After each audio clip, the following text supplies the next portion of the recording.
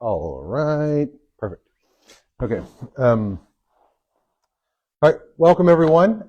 We are again in our Dreams to Reality conversations with different entrepreneurs. And today we're really excited to have Shayna Lane here of Oliver Lane Creative Studios, which is off Jefferson Street between the Flats and Central Pizza. There you go, between Flats and Central Pizza. So get one of those two foods and then come and paint something.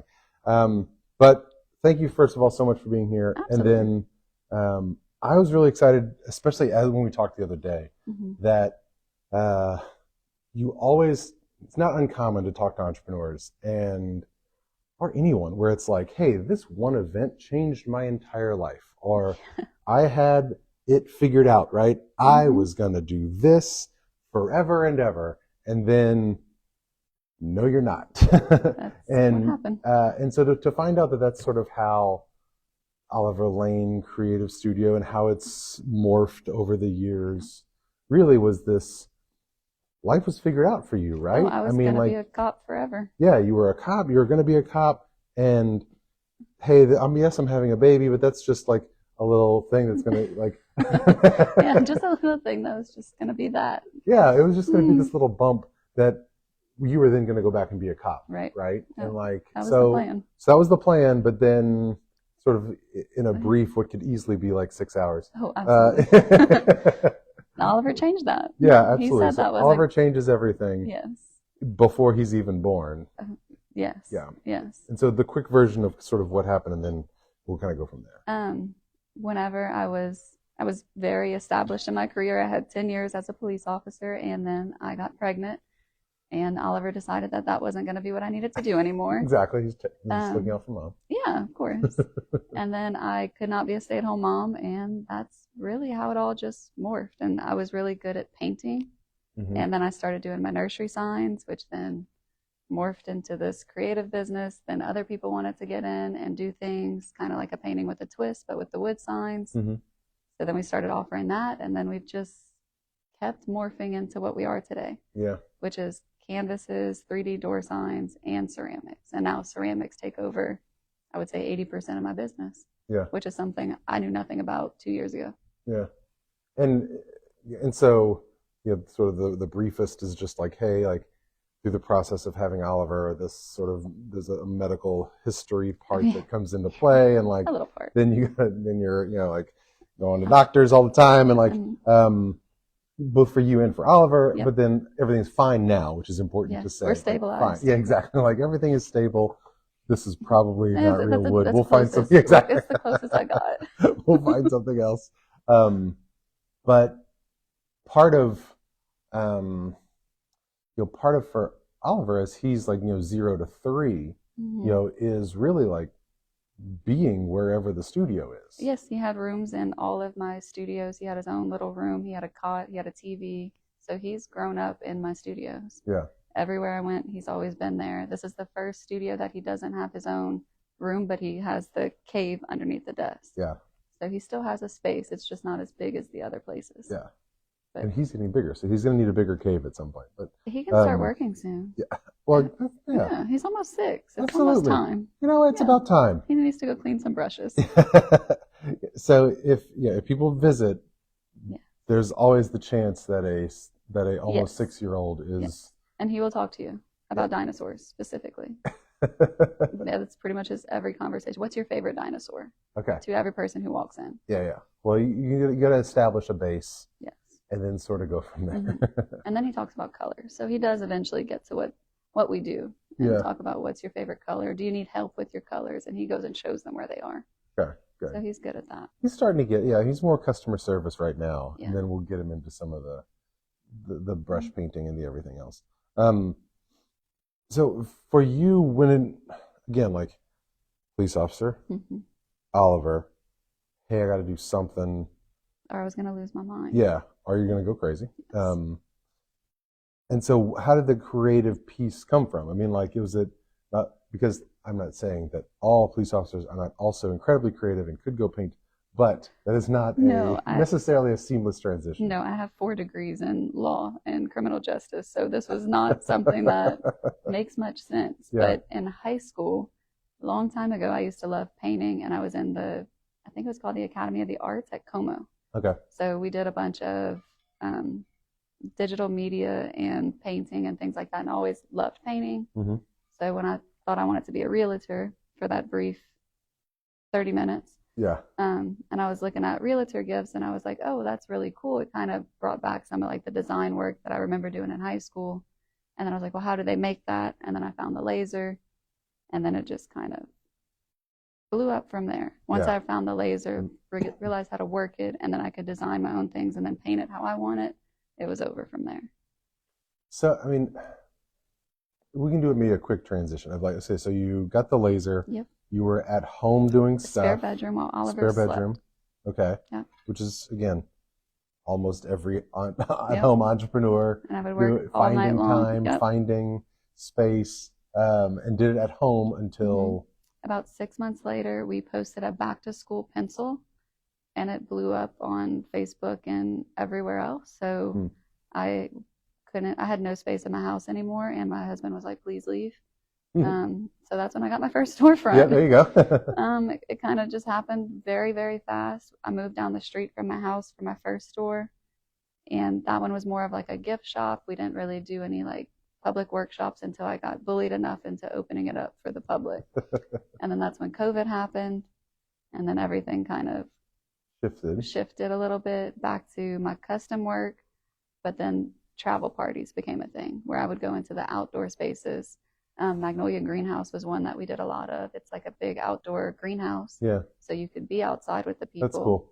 So we would do paint parties over there. And then that's just kind of built the momentum for paint parties into what we do now. Yeah. So it's been a very strange transition on how we got to where we are. Yeah. For sure. But I think in talking to you last week and thinking about like, I don't know, like the journey of it all, and even in talking to you now, like you seem very matter of fact. Oh, yeah. Like, which again, like police officer. Yeah. Like, black very and white. very matter of fact. Yes. The speed limit was this, Yeah. and you went this, and this is the consequence. Right. But nope. Yeah. This is, Yeah. so like in entrepreneurship, that's an interesting space.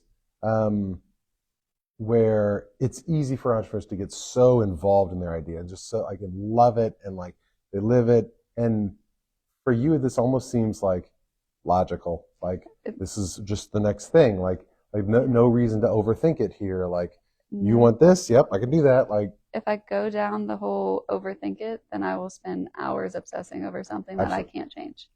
Okay. So the end goal is still the same. So if I know what the expectations are at the beginning, I know how to get to the end without overthinking it or making it too complicated. Except for teacher parties, because they get complicated. Just because I would like an apple sitting on top of a book with a worm coming out the bottom left. Like that gets. Yeah. And but then it's I'm a like, nonfiction book, but the cover is different. Yeah. And I want sprayed edges on the book, but I need it to be a Barnes and Noble. And I'm like, ma'am, hold on. So like that's whenever I get into my rabbit hole of overthinking. But for everything else in my business, I know what the end goal is. So how are we going to get there? Yeah. And that's how I've ran it for almost it'll be 6 years this year. Okay. And I think that's, again, like, I think about that matter of factness and the logic of it. Mm-hmm. Because again, we talk to so many people who kind of want to perfect it and want to make sure all the edges are beautiful, that the bow is wonderful on top before they pull the trigger and go for it. Oh no. And you're right. And that ends the same way 99 times out of 100, which is you just don't do anything. Right. And you have to get out of your own way. And that's like my big thing. I spoke with one Acadiana last year, and they said, what's your best piece of advice for someone starting their own business? I said, get out of your own way. Okay. Because if your brain and the way that you think is stopping you from going after what you want to do, get out of your way, release your expectations of what it needs to look like for the outside, be true to who you are, your authentic self, and the people will come. So for you, what does that look like? When you say get out of your own way, for you, how do you get out of your own way? So I used to be somebody who was very emotionally I guess, tied to everything that I did, that if it wasn't perfect, I wouldn't send it out. It would make me stress. I would get really worked up when I would send a piece out because I was worried about the negative review that they may potentially leave. Yeah. I've had 2 negative reviews in 6 years, but those 2 have, I was terrified. Yeah. So I They would live in the back of your mind all the right. time. But the flip side is, if you have 200 reviews and you have a 5.0 rating, I don't trust any of that. Right. Like, you got to give Correct. me a 4.8. You got to give me a 4.7. I have a 4.6. Absolutely. Listen, 4.6 is beautiful. That's where I'm at. Love 4.6. 5.0? Nah, those are all fake. But that was always my thing. So then I would hold, like, if I'm sending it out, my turnaround time is, let's say, 14 days. I would wait until like the 14th day. So then my living room or my shop would have boxes just ready to go out, but my anxiety wasn't letting me send them out. So once I was like, hey, it doesn't matter. They're either going to come back or they're going to curse you out. It is what it is. So then once I released that, I got out of my way. Yeah. And now I finish things in 24 hours, ship them out same day.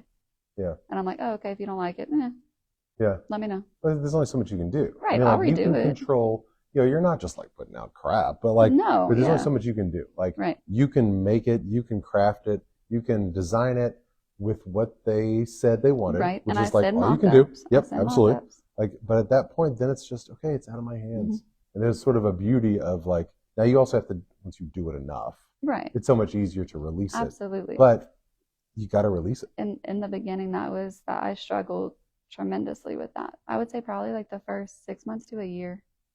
And then once I like stopped worrying about that, it's been a cakewalk since. I say cakewalk, like obviously the economy sucks, but like besides that, like it's been really besides easy. The economy, which is needed to run a business. Right. Like some days I'm like, but then and I will say, like, the Lafayette community always shows up. Yeah. Like anytime I'm like, hey, we're doing this, or we have like this weekend we have Healing House coming out, and nice. We're doing a big event with them, and it's like I get to do a bunch of give backs because the community is so good to me. Yeah. And I love that. Yeah, that part is special, and I think that it's about just putting yourself, again, like continue to put yourself out there and put yourself out there and put yourself out there, and hey, what if it doesn't matter, like the what if part. Yeah, don't play the what if. What if is it is a great entrepreneurial question, and then it is your biggest downfall. So like whenever you use what if as like, hey, what if, like, hey, like let's dream bigger. Let's what if I'm going to open ceramics to my complete wood shop and I don't even know how to use a kiln? What if I did that one Tuesday? And then by Friday, I was a ceramics store. Yeah, and then Friday, an 18-wheeler's driving up with a lot of ceramics, and I'm like, then I touched them and realized I don't like the way they feel. And I was like, oh God. But the 18-wheeler's like, hey, where do you want all these? Right. He's like, we have 400 pallets and we have to unload it because we have another job. And I'm like, okay. And my dad's like, what do you mean you don't like the way they feel? And I was like, I don't like that. And he's like, well, you have to put prices on them. I was like, I don't like that. So now I have somebody who comes out once a week to price my ceramics because I can't touch them. So ceramics are not my thing. But it's what I do now. You got a store full of them. Thank God. Thank God. And my kid loves painting them. Yeah, exactly. Man, you are a special kind of crazy. Absolutely. Yeah, like Absolutely. That is, as is almost 90% of the people we talk to. Just like, that's the weird thing about you. Like, because everyone has one. Yeah. You're just like, oh, there it is. There it is. That's mine. Okay, now we know. That's mine. And when we do birthday parties and like they're writing with like a pencil, writing their name at the bottom, I have to like walk away because like it makes my skin crawl. And I'm like, I'll be over there. The pencil's here. If you need it sharpened, bring it back, but don't bring your ceramic. Just bring me the pencil. Ceramic because for whatever reason I have a weird thing. I cannot handle it. Okay. Like I have goosebumps. Just thinking about. Sorry, we'll talk about something else. Literally anything else. You ended up in the store that you're in now. Yes. Not by accident per se, but like the goal was for you to. Yes. So I was in the One Acadiana Small Business Challenge, and I lost. And I was heading over to the press conference, and somehow they knew me and who I was, and they showed me the space, and I was like, wow, this was my dream, was to be downtown, because that's why I applied for the Small Business Challenge, because it was for the Park San Souci building right across from Wild Child Wine, and I really wanted to be downtown, and I was like, this would elevate my business so much. It's in the art district essentially. Like if we were comparing it to like New Orleans, this would be like the art district. With the ACA right there. And I was like, this is exactly where I want to be. When I lost, I was like, wow, now I have to figure out a way to be down here because you can't lose and just like run away. Like you have to obviously. Because again, well, and like I think that's important to like stop there for a second because like again, for me that gets back to just the logic of it. Like I applied to this thing because I wanted to be downtown. I didn't get that thing, so now that could have very easily just been like, okay, well I guess I can't be downtown, or I guess I gotta rethink everything. Whenever it was really just like, nope, still got to be downtown. Like it's just a different go to step 2 or whatever, like option B. Like exactly. And I made it to the finalists, so I did the pitch competition. Like so you knew you had like yes, I knew I had a tangible business, and then I also knew that downtown is where I needed to be. After speaking for my pitch competition with all the like community leaders, getting their feedback after, I was like, okay, I am on the right track. This is just, it wasn't even like a question for me, but it was nice hearing it from other people who also agreed with me. And I knew that whatever it took, I needed to be downtown. So I did a couple crazy things and signed a very long lease downtown and have a nice water feature, and it's great. I love it. I love my downtown location. It's had some bumps, but everything does. So it's just go with the flow. Yeah. And I'm a pivot kind of person, so that's also which again, that seems like it's a great way to sort of, if we had to title this whole thing, it's just pivoting. Like because whatever way you thought it was going to work out. Oh no, it never works that way.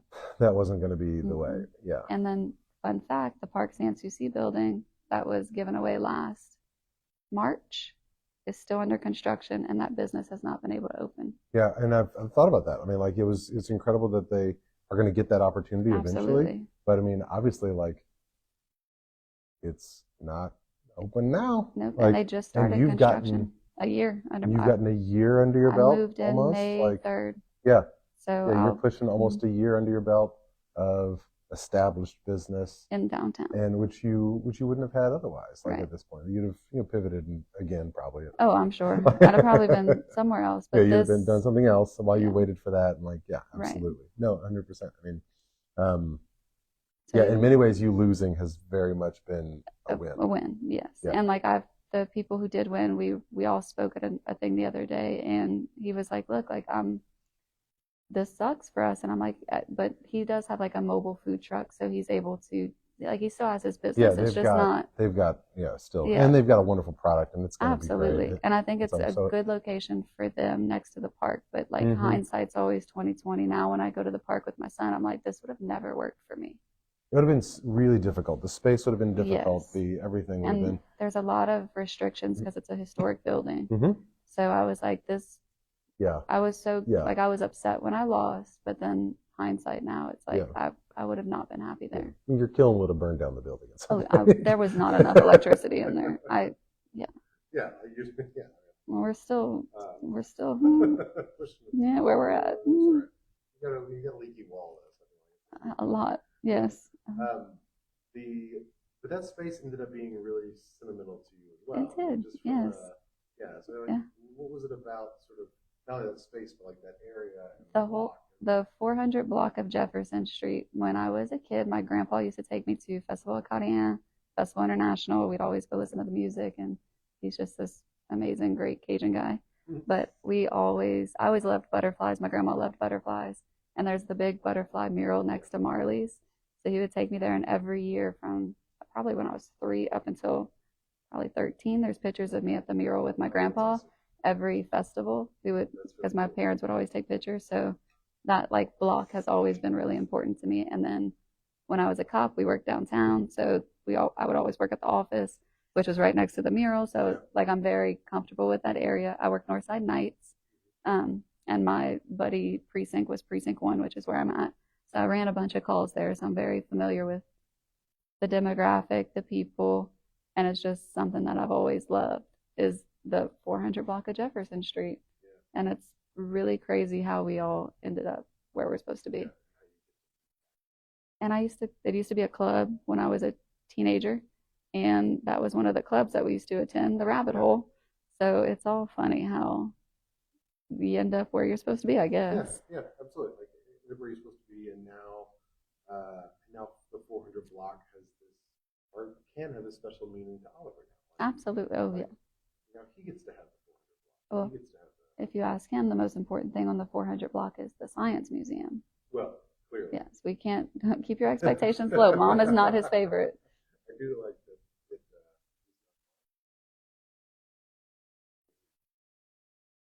I can continue.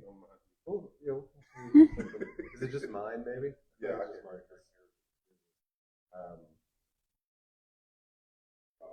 Yeah, we'll figure that out. Okay, more sales. We can talk real now. I don't know what we're talking about. Okay, it doesn't. 400 but 400 block. I think so. I always love talking to parents who are running businesses with the opportunity to have their child in the store, and so I don't know. I mean, you don't get control over like everything that Oliver will eventually learn from the store. But so, what do you think he sees? What do you think? I mean, what do you hope is being sort of osmosis in by just being in there? I think that Oliver over the years has learned that one, mom doesn't stop. Like there is no chill, there is no breaks. I am, as soon as I open my door until we leave, I don't sit down. Yeah. If I'm sitting down, I'm designing. I think that he's gonna learn probably, hopefully not to be as crazy as I am. Well, I would hope. Hold the ceramics. Yeah. Well, he can. He loves petting them. But that tracks. Yeah, absolutely makes total sense. Yeah. You don't want to touch him. He wants to pet them. Yes, absolutely. Yes, and they do have dinosaurs, so he does do that. And I really think he's understanding that, like, you don't quit. And I think that's something because, like, even I mean, he was 4 then, but he knew mom was sad because mom didn't win the big prize. That's how he would call it. Mom didn't win the big prize. Mom's sad. And then like a couple weeks later, I'm like back excited, ready to go, doing construction plans for my new space. And he's like, okay, mom's happy again. Mom, what'd you do, mom? So I think now he's not going to understand it, but later he's going to understand that mom could always figure it out. And I hope that's something that he takes with him, that he can always figure it out. Yeah. Like never get so stuck inside of a box that you don't feel that you can better yourself or do something different. Yeah. Well, I mean, like we talk a lot about like the role that failure plays, and little f failure, not big F failure. Like big F failure is like big F failure would have been, I didn't win this pitch competition. This business is a bad idea. I need to quit. I need to quit. I need to go find something else to do. I'm clearly not able to whatever. Little f failure is just, well, that's not the building for me. Right. It's just a changing of your perception. Yeah. You just change your perception and the way that you think about it. And then I think that can really change your entire career, essentially. No, I mean, yeah, there's no way to see it any other way. No. Anyway, like just because it's gonna happen. I mean, it's not a matter of it's not an if situation.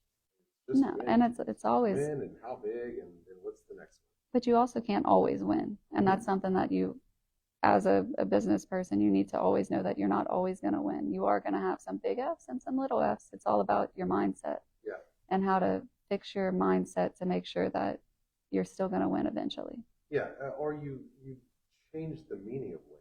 I mean, like, what does win really need to mean? And for my win for me is Oliver had the color run last week, this Friday, it's kindergarten lunch, and I get to go to both. That's a win for me. That is why I do what I do, because I don't have to, hey, can I take PTO, or I'm working nights, so I need to sleep extra on this day to make sure I'm awake for this. No, like I can go. That's what I consider my wins. Yeah. And most people are like, I mean, you can do that in an office job. And I'm like, yeah, but I'd have to ask somebody permission. For me, I'm just not going to turn my light on. And like, I'm going to post on Facebook, hey, I'm not going to be here from this hour to this hour. Maybe I might run late because I might go get a coffee after. I don't know. Yeah. I'll let y'all know when I'm back in the studio, and then y'all can come paint with me. Yeah. That's a win for me, is being able to be flexible. And when he was sick as a kid, which was a lot, I didn't always have to open up. I could be working, but I didn't have to open for everybody to come in there because my kid was sick or I had to go to New Orleans or Houston with him for appointments.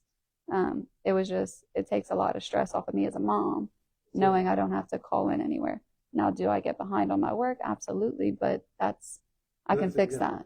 And all of that is your choice. Right. And I think Absolutely. that's sort of like that big thing that so many entrepreneurs, why do they start? Why do they do it? Because they want control. It's interesting. Like the more we look at entrepreneurship, the more we talk to people, the more we dive into like watching students as they grow. It's hard for me not to feel like entrepreneurship is power. Like, oh, absolutely. It's power to control your own life, and you decide what happens. Like you said, I mean, like if I need to, I was thinking about as you're talking about, taking him to appointments or going places. Like, I'm sure there were days where like you didn't open, not for any reason other than like I don't want to open. Oh yeah, like, absolutely. I need, like if I open, I'm gonna yell at someone. like I just need time to just read. And sometimes I'll go to the studio and I'll go there and then I lock my front door. So that way I could do the things that I need to do without having to stop and handle customers or anything like that. Yeah. And like people were knocking at the door and I'm like, hey guys, I'm closed today, but you're here. But I'm closed. Yeah.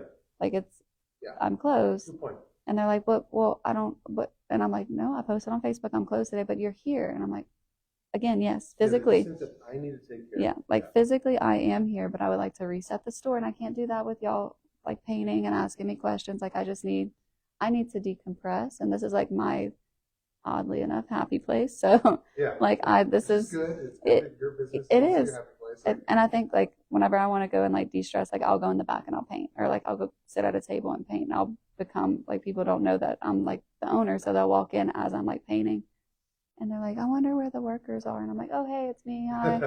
And they're like, yes, and they're like, oh well, okay, well, like what do you do here? So then I have to explain it, and then I just go back to painting, and they're like just like staring at me, and I'm like, I can't do this every now and then. Like sometimes I go back to my roots and I just sit and I'll paint a canvas or something. Absolutely. Like, and I think the whole reason you pivoted to this creative thing, like otherwise you'd have stayed in real estate. Wouldn't have worked. I would still be working Northside Nights. If everything is how it was, I would probably still be a Northside Nights officer. Yeah. Having the best time. Yeah. Yeah, absolutely. Like now you get to have the best time. Right. Blending colors. Yeah. When you look at, I don't know, like, it's weird to try to ask you, like, where do you think this is all going whenever, like, you have too much evidence to show that if you make a plan, it's not going to work. It's not going to go that way. Right. So, like, I will say, it's almost better to, like, hey, what's the 2-year plan? Like, you're in a lease for the next 5 years. Yes, so, and I have 4 years left. There you go. There's definitely one. That is my plan. I will be there for at least 4 more years. I do know this summer the trajectory is a little different just from what I'm seeing with my numbers. I'm doing a lot of field trips this summer. Interesting. Okay. Which last year we did not. We had more of a walk-in dynamic. This year we already have, I think, like 6 or 7 field trips booked, which is a lot different than last year. So that is new. So maybe we'll be doing that more. Last year we started getting into the schools and doing fundraisers. We have one next month at my son's school, which I'm excited about. That's awesome. We did some at like Milton, Prairie. A bunch of the elementary schools have been calling us to go do things. So that's been different but nice. And I think the kids I love working with the kids. That's always been like a big thing for me. So I would hope that maybe we get to do more of that and still do our walk-ins and maybe less teacher parties. Just because you'd love to do teacher parties. I do. I love our teacher parties. Apple worm. Yes. Lots of chaos. I would not, like, I love our teacher parties, but if we could start doing a little bit more like kid stuff, like maybe during the day and the teacher parties at night, because we're 7 days a week and we run from, during the summer, I get there at about 10 and I'm not leaving until 10, 11 o'clock at night. Yeah. So if we can do some kid stuff during the day and then the afternoons teacher stuff, like that would, the best of both worlds for me. with the dinosaur in his cave, like absolutely. the whole time. Well, he also has the little year pass to the Science Museum and the Children's Museum. So there are a couple days my grandpa will come and walk him down. So they spend like 7 hours looking at the dinosaurs next door, and then they get ice cream. So sounds like that's a tough time for him. Just terrible, really hard. Terrible. His summers are. Yeah. While he also gets to sort of like, which is the like sentimental Jonathan is like, oh, he gets to walk down Jefferson just like you did with exactly. your dad, and he's now doing it with his grandfather, and like all that whole his great grandfather. My grandfather comes and gets him, and that's the one who took me. Yep. And then my dad's there almost every day, so he also takes him too. But it's really cool, and my grandpa comes and gets him to go do that. And like he's almost 80 now. Yeah. Walks a little slower, but still the same plan to go take Oliver. Yep. Yep. And Oliver loves it. Wouldn't want it any other way. And then when my dad comes, they go play at the new park by Park Sanssouci. He goes there probably 3 or 4 times a week. He loves that park. So it'd be fun and curious to see, like, all right, so he's 5, almost 6. Hey, at the end of this, he's 10, and then hey, like, there's more lease if there's more whatever. Like, right. But even if it, let's say that you need a bigger space, he truly is growing up downtown, which like is not. I don't know how much that's something most kids are doing. Like, truly growing up downtown. Like, and so I'm curious is like the vision of downtown that would give him. And downtown obviously has a bunch of different walks of life. Yeah, absolutely. And like he knows that like if there is someone who is not as privileged as us, who does not have access to food or water, and they come into mom's shop, he knows, oh, I can go get a water and some chips or something in the back. If they say, hey, do you have anything? I'm hungry or I'm thirsty, especially in the summer. Everybody knows like you can come to my shop and I have bottles of water.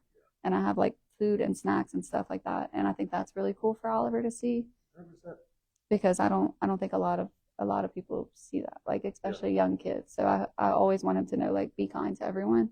Yeah. And that's always been like a big thing for me, especially for my old career. Like when it's cold, I want to make sure I have enough blankets in my car in case I see somebody who doesn't have something. So being downtown where that is a very, I'm not going to say it's a problem, but that's where a lot of, it's a part of it. It's the downtown ebb and flow essentially is what we all call it down there. And they're not, I don't want Oliver to always think the worst of people. I want him to be like, hey, we can give him an opportunity to be better. And we do that all summer long. And in the winter, we try to get blankets and stuff, and we do that. And I think that's really cool for him to see as a kid growing up doing that, because my parents did that when I was a kid. This was my mom mainly. She has a massive bleeding heart. So, and it definitely passed down to me and now Oliver. So that's something that when you asked earlier, what do I hope he takes away? That's something, to be kind to everyone. I think that piece of it.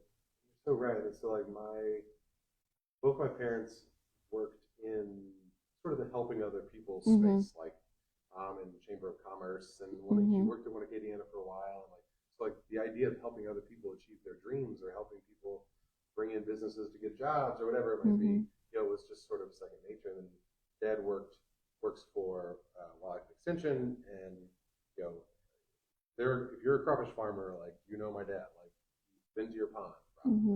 We live behind. Yeah. We have crawfish ponds all around us. Mark Shirley has been there. There's funny. A video about crawfish. He's the one they're interviewing.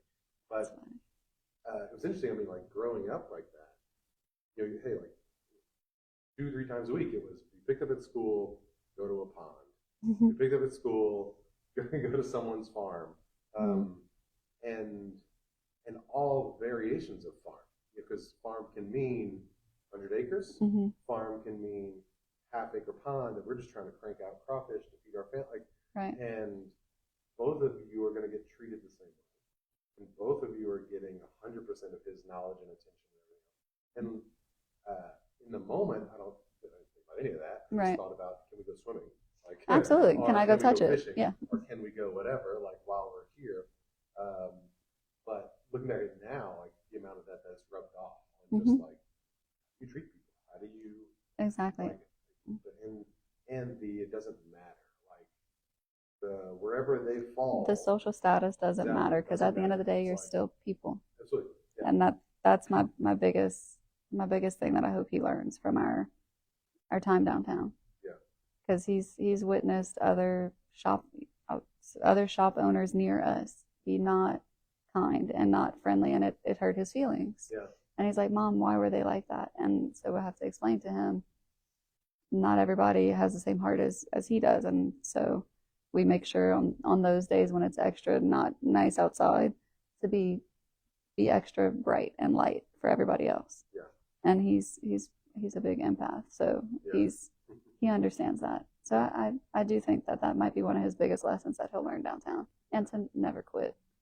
Even if it's out of spite, don't quit. Yeah. Yeah. Even if it's like, even if you got to dig down really deep. Oh, you're gonna yeah. You will regret XYZ that you said, or you will regret exactly. Yeah. Like you can't live off spite. Hey, listen, people can go too far, but you can motivate it. You want a little. Yeah, you need some motivation. A little motivation. Mm-hmm. Hey, I don't feel like waking up, but I remember what you said. So I remember what you said, December 3rd, 2001. Or maybe it's more. Yeah. Whenever you think about, I don't know, like, are there some things that you mentioned earlier, like, hey, like, be authentic, mm-hmm. Get out of your own way. Absolutely. You know, the pitch competition parts of things that you've done, like whether it's pitch competitions or interviews, you know, and you're speaking to people, is that something that always came naturally, or is that stuff that you sort of had to? Good, because I was going to say it probably didn't come naturally, no. But I didn't want to accuse you of it. Like, no. Yeah, it doesn't seem like something that, like, hey, I'm the most outgoing person in the room. It's what absolutely allows you to go paint at a table and then try to blend in with people because.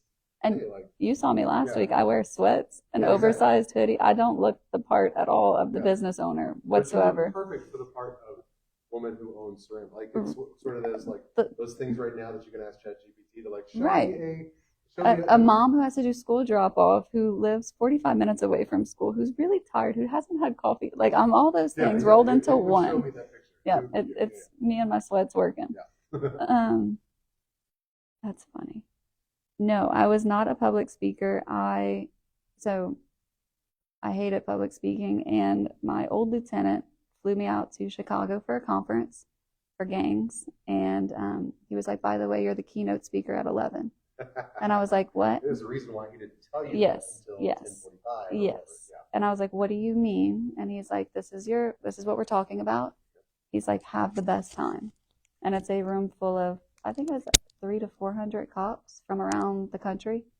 And that was my, you're going to learn today how to public speak. Yeah. And I dropped the F-bomb a lot. Yep. I think I cried at one point. It feels like, this is one of those, it feels like I blacked out whenever I came to. I had done. Everybody was clapping at the end. So like I apparently did something right at some point, but I have no idea what I said. Yeah. It was terrifying. Absolutely. So that was my first real-time public speaking. And then since that moment with my business, I've done, I don't know, 10, 15 interviews. I go on Taylor Trichet a lot. Absolutely love her. She's great for small businesses. Yep. I go see her a lot. One of Acadiana's done a couple interviews with me. For Mardi Gras, they had some lady on the street for KLFY or KATC, I don't know, and she came and did an interview. So now I could just do it like on the spot, and I don't really stress about it anymore. Yeah. The pitch competition, I had laryngitis. Because of course, and yeah. I don't do honey. Like honey freaks me out. But like the 2 days before, my doctor was like, look, to get your voice back, you need to drink hot honey. I bought all kind of things at my old shop to like boil honey so that way I would have a voice. I was trying everything. It was disgusting, and it did not work. So I was straining my voice, and I had to keep pushing my chest as I'm talking for my pitch competition just to like keep my diaphragm from like exploding. And they were all like trying, like I could tell some of them couldn't hear me, so I would like try to like almost holler, but it was like, oh yeah, and my name is Shayna. And, I really want to have a shop. And I was so nervous, and I had worked so hard on my PowerPoint presentation. And then when I got up there, I didn't even see my presentation. Yeah. And I just spoke from the heart and who I am as a person. And they were like, that was great. Yeah. And when they started asking questions, I was able to answer super quick. And I was like, okay, public speaking isn't bad. Yeah. Now when you're in front of like a bunch of cameras and lights and like they're like touching up your hair, like that's a little, I'm like, okay, like I don't know how to do my hair to begin with, so this is I brushed it. Here. This is cool. Like I did brush it. Thank you so much. But otherwise, I'm doing my best. Yeah. It's like that freaks me out still, but otherwise, public speaking has gotten easier over time. Yeah. But in the beginning, it wasn't. I would sweat a lot. And I know that like when you're posting stuff and your use of social media is, you know, kind of mentioned, I mean, it's mostly just like, hey, we're open here, because you're not trying to put yourself. Nope, I'm not trying to do a Facebook Even though Live. You know that that's the right thing. It's a good thing to do. It is. My best friend. Ready to do it. My best friend wants me to do Facebook Lives and go and show what I have in the studio like once a week. And I'm like, no, you can do it though. Like you can. They know you help me. Go ahead, come on. And she's like, no, it's you. You're the face. And I'm like, I don't want to be the face, but I have somehow become the brand. Yeah. Well, you also kind of have like a little face in the cave. I do. Probably give a really good. Well, he does in the summer. Show of the store. Yes.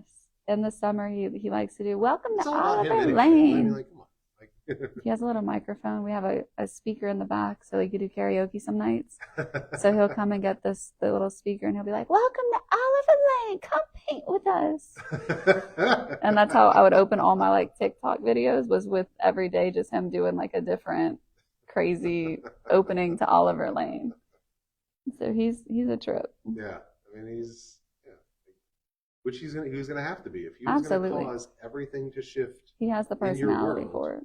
Then there's no way that he could be anything other than the little ray of sunshine, larger than life. Absolutely, that's a good word for him. Yeah, absolutely. Yes. Listen, like I think that I have 3 of those, so yeah.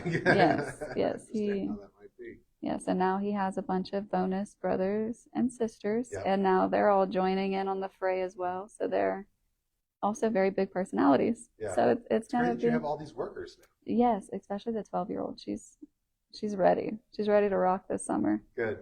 And the 8-year-old, she loves doing like the customer service thing. I can go help them pour their paints. I can go do this. I like to do this. I'll go clean up for you. Oh. So it's really sweet. And then the 12-year-old's like, I'll go do your inventory. And I'm like, yes. The 2-year-old, you can come and visit. Please too. You can come and visit. I've already done that once with Oliver. Yeah, exactly. I don't know if I want to redo that again, especially now with the ceramics. I didn't have ceramics when Oliver was 2. Yeah, that's a lot of little things, breakable things. Yes. And so, it's strange to ask, but like, you had to learn ceramics in some it's not like you. I'd never done ceramics. Well, when I was a kid, my grandpa used to take me to Clayfish Bisque. Yeah. I still have some of my pieces from there. So like that was my only knowledge of ceramics. And I got on a video call and a Zoom call with the 2 ceramic companies that we buy from. They gave me like a crash course, and they were like, it's real easy. You can definitely mess it up. You might blow up some things, but you'll be fine. And I was like, okay. What do I need to get started? So they sent me lists from each of them, what paints, how many items I needed. And then I was like, okay, cool. Ordered it on a Tuesday night, got it on Friday. By Monday, I was working. Rocking and rolling with ceramics. Some things I still mess up, and I've learned as I go. Some blow-ups. A few things have blown up, and it's the part of ceramics that I find most interesting. Yeah, it's the temperature. That, hey, there's a chance that this thing blows up. Yes. Which the kid that's still in me is like, that's awesome. They had a piece that. So I also sometimes will sell clay to people, but I don't have a wheel, because if I add one more power cord in that building, it will blow up. You're going to shut down the 400 block. We're all out. Yeah. So no hand building, but like if you want clay to take home and you have a wheel, sure, I have that. So a guy comes to me, gets his clay all the time, and he built like this really intricate piece. And I was like, I love it. Just remember my disclaimer, it may blow up. And he's like, no, it's fine. And it was really, really heavy.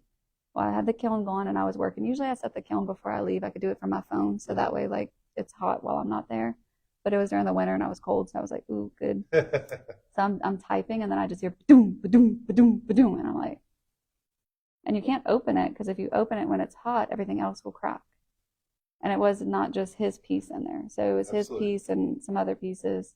And you just hear just cracking. And I'm like, shit. And the next day his piece was obliterated, but nothing else in there was. Somehow it blew up, but did not touch anyone else's stuff. Because I had already pulled out the list of everything that was in there, like ready to do like a damage report. Yeah, just in case. Yeah, like, and hey, your whatever. Everything's broken. I'm so sorry. Love you so much, but it's all gone. Yeah. But it was just his piece, and I was like, that was some crazy. That was some crazy. Yeah. Because I heard it, and it was like flinging to the top, to the bottom. Like I could hear it zapping different areas inside the kiln. Yeah. And that was the only thing that broke. So that one was great. And then sometimes with customers when they want to like test different glazes, and I tell them it's a science experiment. I have no idea how it's going to come out. And they're like, what do you mean? I'm like, no, like if you're mixing this and this, it's not recommended, but if you want to try it, I can't guarantee that it's going to come out how you want it to, but it's a science experiment. I'm willing to try if you are. Yeah. And that's kind of been my vibe for the whole business. I'm willing to try it if you are. Yeah. And if you're okay with it not coming out exactly how you want, we could try it as long as you know it's not. I'm not purposely making it do this. But it's also sort of the beauty of any of the art, right? Absolutely. That, like, it may not be what you thought, what you originated in your head, but it doesn't make it bad. It just makes it different. Right. And it's just sort of like, oh, I envisioned it being this, but then that color bled into something else. And, oh, but look how cool that is because this bled into this. Exactly. And like, okay, like that is all of art 90% of the time. Like I went out to make this and I ended up making this. Right. And entrepreneurship the same way. I wanted to do laser signs and I ended up in ceramics. I wanted to do, whatever. And now my laser work is like 20-30%. Now it'll kick up during the summer for teacher parties. Yeah. But like the remaining portion of my year, ceramics. Yeah. And birthday plates. Oh, I never knew that was a thing. But apparently moms really want birthday, and I'm a mom, and I didn't know that was a thing. You didn't even know that you were supposed to have birthday plates. But I'm a very like, for a birthday party, we're gonna go in the backyard and you're gonna have fun over there. Yeah. Like I'm not we're gonna do all the things, but now I do all the things at the shop, so now I should become that mom. But it's not my personality. Oliver knows. Yeah, his expectation. He knows he's gonna get a petting zoo and he's gonna be fine. Yeah. Like he really just wants to go back to the science museum for another 7 hours. Just to touch the tornado thing and to go look at his dinosaurs. Absolutely. Well, God forbid there be anyone else's. They're all his. And I'm pretty sure they're all named. Yep. And not like they're actual. He knows what they are, but he also has given them names. Yeah. Well, they're supposed to. That makes it more fun. So the beginning of this was sort of this notion of just like, hey, like one thing changes everything. Yep. And it does for so many people. I mean, like not always into a business or not always into you thought your life was going to be this way, and then this thing happened. It's more interesting, I think, for you because you can kind of point to it. Like, not everyone can always point to it and be like that. Like, oh no, I've got a couple things too where I go, I know where I was, I know what happened, I know, I can picture all of it in my head of just like, this was the moment that I decided this. And if I was truly honest with myself, everything changed at that moment. And so being able to sort of look back and so, I don't know, I mean, like, can you look back and be like, I could see, I don't know, not that, would you want it to go differently, but like, so, because it's sort of like. It's crazy, because if I didn't have Oliver, I wouldn't be doing this, but I love what I do now, but I miss what I used to do. Yeah. So it's like a really strange balance, I guess, that I have, because I know exactly when my life changed, because obviously I got pregnant. But once Oliver was born, my plan was to always go back to work, go back to being a cop. But scheduling and Oliver and me, we were just, everybody said no. Yeah. The whole universe. Everyone's body said, we can't do that anymore. Yeah. They were like, no, not a shot for either of you. So that's obviously whenever I could pinpoint everything changing was whenever I had to step down. And then from there, I was like, I'm only going to do the art stuff for a little while. only going to be a home business for a little while until me and Oliver get ready and we're back on our feet again. It's only going to be for a little while. And then that little while has been now almost 6 years. And I don't know, maybe this is what I do forever. I guess it probably is. I mean, I feel like it might be the thing that I do for the rest of time. Yeah. I think that's probably what it is, right? What is it? Oh. Yeah, I'm sure that one's dead. I tried to put that one right there to maybe pick up as much as it could. You can hold on to that one. Would you grab that? Yeah. Oh, this one's green. Yeah. Look at the green. It does. The green kind of it's my brand, green. Yeah, very. Okay, I was wondering. See? I was like, see? Seems like it. Always. Everything's on purpose. Yep. Everything's on purpose. Everything. Well, I mean, this has been incredible. Like, just great to talk to you. I loved hearing the journey, and I don't know. It's the like what you think it is versus what it was. I mean, I only didn't really ever meet you because you were gonna be in the women's program, and I had the flu, and then you got sick, and so then I moved in. It was the week. Then you started doing everything else. Then you opened up your store. Yep. It was almost a year ago, and then I saw you at that one Acadiana thing where they were talking about the about the competition. Yep. With Magnolia Pantry and the Speakeasy. Yeah. Yep. So Mia. See you again there, and it was just like, oh yeah, that's right. Now we remember who each other is. Yeah, and then ever since then, it's been fun to try to figure out a way to like. The story was going to be great. I didn't know what it was, but it's something, all right. And I think it was absolutely better than I could have imagined. I think that it's so cool that you approach it with this. Now it feels like it was learned, or it was developed. You know, like the matter of factness that you portray now may not have always been. No, I think that's something. It is, but. Yeah, my old career definitely taught me that kind of mindset. And then once I realized that I was getting in my own way and having anxiety about things that were completely out of my control, that's whenever my matter of fact brain took back over and was like, hey, no, we're not doing that, kid. Well, it sort of is that it's that logical piece that has to take over. You know, like when you break up, like, you know, where do people fall and all the things, you know, highly rational, highly logical, you know, is that always the way to go? No, of course not. You got to have emotion. You got to care about people, absolutely, whatever. But sometimes you do need to like lean into highly logic, highly rational, because it can make decisions faster. It can make the right decision, quote unquote, more or less. And then you can pull back and be like, yes, but obviously there's this emotional piece. Right. Obviously, we still care about people. And obviously, like for that portion specifically, the emotional piece, for setting my prices, it drives everyone nuts. Like everybody who's like behind the scenes, they're like, you have to raise your prices, you have to do this.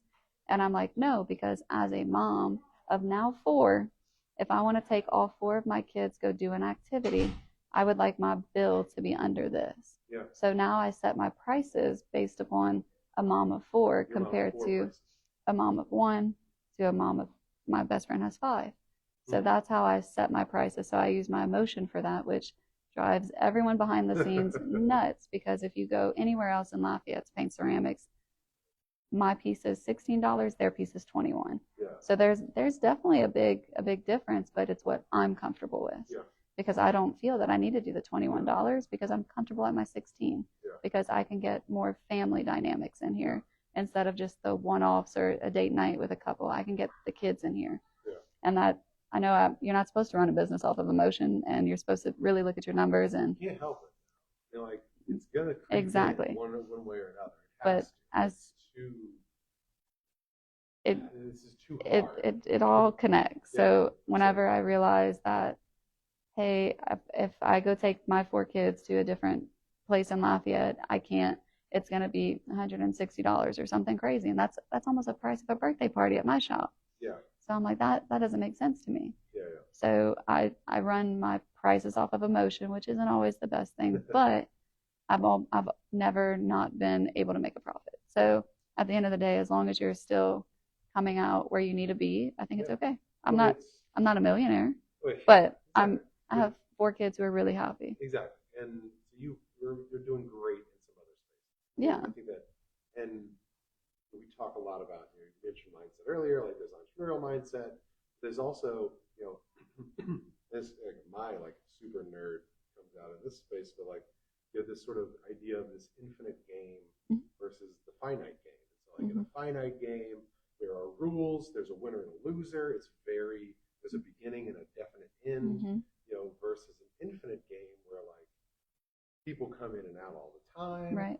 Rules are there, but they're sort of flexible because rules are there, but then they can shift if everyone agrees that like these are new rules. Right. And the whole point is to play as long as you can. And so from a business standpoint, like if you're focused on I gotta win or I gotta be the best 2024 ceramic studio, and that's how you operate, then you may make some decisions that could impede you from still being in business. Correct. In 2026. Exactly. Like, hey, you step on some people, you cut your suppliers, you do something like you jump from supplier to supplier for whoever's cheapest. You don't have it like maybe that's the way that you want to do it. But knowing that, hey, listen, like you may step on some toes, burn some bridges, like there may be some issues here. Right. Versus, hey, like I gotta cover my costs, I gotta make a profit because I gotta take care of my family, I gotta all those things. But I'm trying to be around in 2030. I'm trying to be here in 2040. I'm trying to pass this on. Trying to hang on out as long as I can. Yeah. And that's always been the mindset, was just figure it out, and if it starts to not work, pivot. Yeah. And that's what I've done every single time. Yeah. And there is no definite end game for me. There's no ending. There wasn't really a beginning. It just all kind of. Yeah, if we're honest. If we're honest, this really started no, like with a plan either. So no, like, zero. I didn't have a business plan until I did the pitch competition. Yeah. So like, just for, I know that's not how you're supposed to do it, but I had zero. There was no business plan until I started the business challenge, and then like sitting there doing the business challenge and all of that, I was like, oh, okay, that's how. Okay. And I just remember like calling my dad and I was like, did you know this? He's like, I've been telling you this for years. And I'm like, okay. He's like, you just don't listen until it's your time to listen. I'm like, okay, that makes sense. Like, this is not the time for a lesson right now. I'm trying to call you. Thanks. Like, yeah. I'm trying to call you for some emotion and you just want to be rational. Right. And that's where I get it from. Absolutely. And then if I call my mom, she'd be like, oh, baby, it's okay. Like that, there's the emotion. And then my dad's just like, I mean, I've been telling you this. Cut and dry. If A, then B. Like, I don't understand. There is no C. Like, what do you, why? And why did you think it would be anything else? Like, exactly. This always leads to that. Yeah. Like, yeah, absolutely. Yeah. All right. Well, thank you so much. Absolutely. This was incredible. Absolutely. I'm excited to see like as it grows and develops, and partially certainly for you, but for Oliver and I don't know, we'll bring Henry by now. Talk about dinosaurs. Oh yes, and he'll probably pull one out. So listen, like Henry will bring his basket. Like it'll be fun. Yeah. Okay. Well, thank you everyone for. I know there may be some audio issues throughout the. If you want to find out what happened, call me. I'll tell you. And then we'll go from there. But we'll continue to do these on Tuesday mornings. And thank you. Absolutely. Thanks for having me. Yeah, of course. We'll go up here and turn this off. And still technically recording, but that's okay. Everyone is